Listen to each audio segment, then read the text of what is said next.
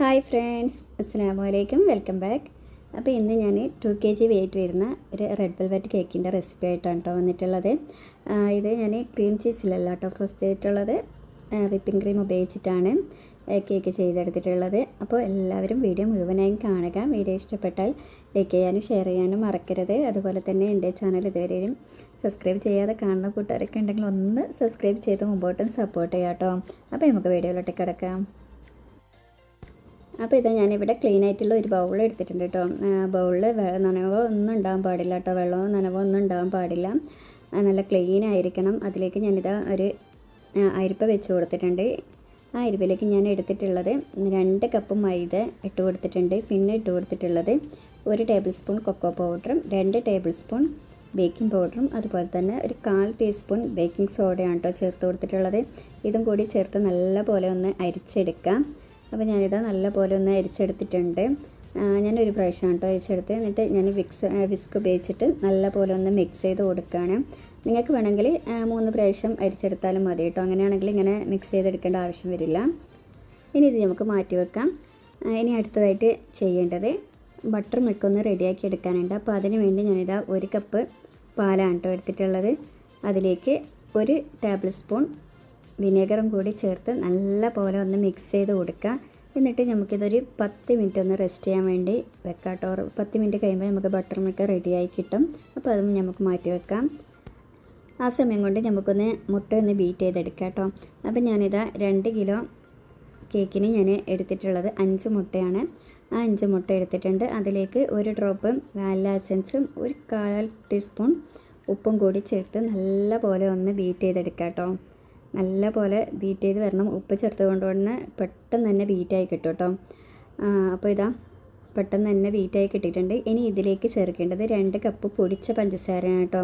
അത് കുറച്ചായിട്ട് വേണം ചേർത്ത് കൊടുക്കാൻ. അപ്പോൾ ഇതാ ഞാൻ 1 കപ്പ് ഫസ്റ്റ് എടുത്ത് അത് കുറച്ചായിട്ട് ചേർത്ത് നല്ല പോലെ ഒന്ന് മിക്സ് ചെയ്തെടുക്കുന്നുണ്ട്. അപ്പോൾ ഇതാ നല്ല പോലെ കുറച്ചായിട്ട് ചേർത്ത് അടിച്ചു കൊടുത്താൽ നല്ല ഫ്ലഫി ആയി കിട്ടും കേട്ടോ നമ്മളെ ബാറ്റർ. അപ്പോൾ ഇതാ ഞാനിവിടെ 2ാമത്തെ കപ്പും കൂടി ചേർത്ത് കൊടുക്കുന്നുണ്ട്. കുറച്ചായിട്ട് തന്നെ ചേർത്ത് കൊടുക്കാം. അപ്പോൾ ഇതാ പഞ്ചസാരയൊക്കെ ചേർത്ത് നല്ല പോലെ മിക്സ് ചെയ്തെടുത്തിട്ടുണ്ട്. നല്ല ഫ്ലഫിയായി വന്നിട്ടുണ്ട് നമ്മളെ ബാറ്ററി. ഇനി ഇതിലേക്ക് നമുക്ക് 1/2 കപ്പ് സൺഫ്ലവർ ഓയിലാണ് ചേർത്ത് കൊടുക്കേണ്ടത്. അപ്പോൾ അതും കുറച്ചായിട്ട് ചേർത്ത് കൊടുക്കാം. ആ സമയത്ത് ബീറ്ററിൻ്റെ സ്പീഡ് കുറച്ച് കൊടുക്കണം കേട്ടോ. 1 വേണം വെച്ച് കൊടുക്കാൻ.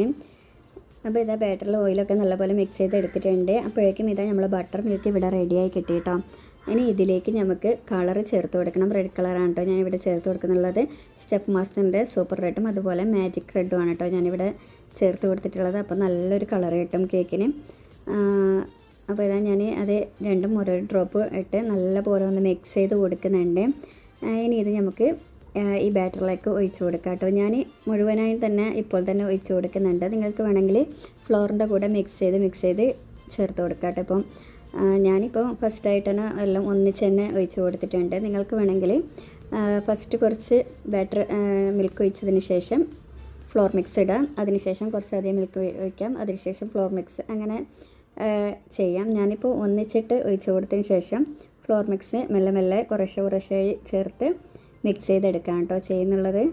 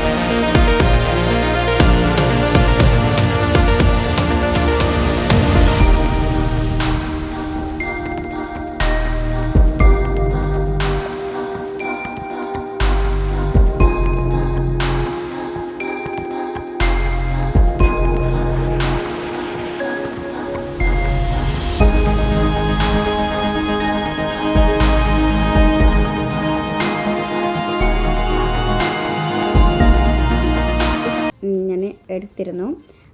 അപ്പം അത് ഞാൻ വറുത്ത് പൊടിച്ചെടുത്തതാണ്. അത് ഞാനിപ്പം ഒരു അരിപ്പയിലേക്ക് ഇട്ട് നല്ല പോലെ ഒന്ന് തട്ടിക്കൊടുക്കുന്നുണ്ട്.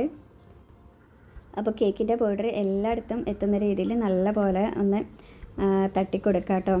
മിക്സിയിൽ പൊടിച്ചത് കൊണ്ട് തന്നെ നല്ല മിനുസായിട്ട് പൊടിഞ്ഞ് കിട്ടിയിട്ടുണ്ട്.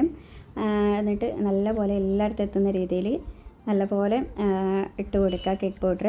അപ്പോൾ ഇതാ ഞാൻ എല്ലായിടത്തും ഇട്ട് കൊടുത്തിട്ടുണ്ട്. അപ്പോൾ ബാക്കി ബേസിൽ വീണ കേക്ക് പൗഡർ ഉണ്ടല്ലോ, അത് അതിൻ്റെ സൈഡിൽ തന്നെ ഒട്ടിച്ച് കൊടുക്കുക കേട്ടോ കേക്കിൻ്റെ. അപ്പോൾ അത് കേക്കിന് താഴെ ഒരു ബോർഡർ പോലെ ആയി കിട്ടും ഞങ്ങൾക്ക്. അപ്പോൾ ഇതാ ബോർഡർ പോലെ ആയി കിട്ടി നല്ല രസമുണ്ട് കാണാൻ. അപ്പോൾ ഞാനിത് സ്റ്റാർ നോസിൽ വെച്ചിട്ട് കേക്ക് പേര് എഴുതാൻ വേണ്ടി ബൗൾ വെച്ചിരുന്നില്ല, ആ സ്ഥലത്ത് ഞാൻ സ്റ്റാർ നോസിൽ കൊണ്ട് ഒരു ഡിസൈൻ വെച്ച് കൊടുത്തിട്ടുണ്ട്. പിന്നെ ഞാനിതാ ഷുഗർ ബോളാണ് കേട്ടോ, സിൽവറിൻ്റെ ഷുഗർ ബോൾ ആണ് ഇട്ട് കൊടുത്തിട്ടുള്ളത്. അതൊന്ന് നൈഫ് കൊണ്ടൊന്ന് മെല്ലെ അമർത്തി കൊടുക്കുക കേട്ടോ, അത് തെന്നിപ്പോവാതിരിക്കാൻ വേണ്ടിയാണ്. അപ്പോൾ ഇതാ എൻ്റെ കേക്ക് ഇവിടെ റെഡി ആയിട്ടുണ്ട് കേട്ടോ. എല്ലാവരും ട്രൈ ചെയ്ത് നോക്കാം, നല്ല ടേസ്റ്റുമാണ് കേട്ടോ. എല്ലാവരും ട്രൈ ചെയ്ത് നോക്കി എനിക്ക് ഫീഡ്ബാക്ക് അറിയിക്കണം. അപ്പോൾ ഇൻഷാ അല്ലാഹ് അടുത്ത വീഡിയോ ആയിട്ട് വീണ്ടും കാണാം. അതുവരേക്കും ബൈ ബൈ, താങ്ക് യു.